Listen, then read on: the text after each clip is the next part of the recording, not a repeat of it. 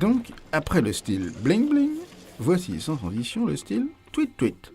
Mais un juste devoir de réserve électorale nous interdit d'entrer dans les détails d'un certain tweet qui a mis en une fraction de seconde le feu à la campagne française.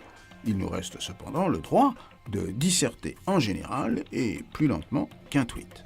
La parole de l'élu du cœur, de l'élu du peuple, est-elle libre? Tel est le sujet de la dissertation.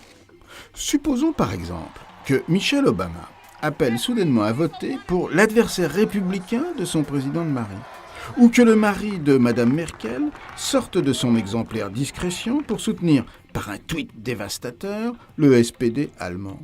Même chose pour le mari de la présidente brésilienne, qui appellerait à voter à droite. Inimaginable?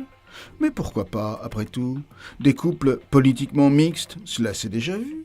On cite souvent d'ailleurs dans ce registre le précédent, quoique très timide, de Danielle Mitterrand qui s'éloignait déjà du modèle de Madame Coty qui servait la soupe, elle, de son président de mari, le dernier de la 4e République, sans moufter ni tweeter.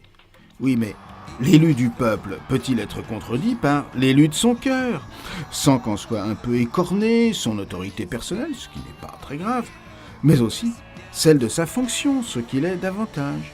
En cette période d'émancipation générale des femmes, des hommes, de leurs statuts matrimoniaux respectifs, présents et futurs, il serait donc judicieux de rédiger, pour l'avenir, un code de bonne conduite que devraient signer, avant d'entrer dans les palais nationaux, les candidates et les candidats au poste de première dame ou de premier messieurs, avec devoir de réserve obligatoire, comme les fonctionnaires, et bien entendu, sans tweet-tweet.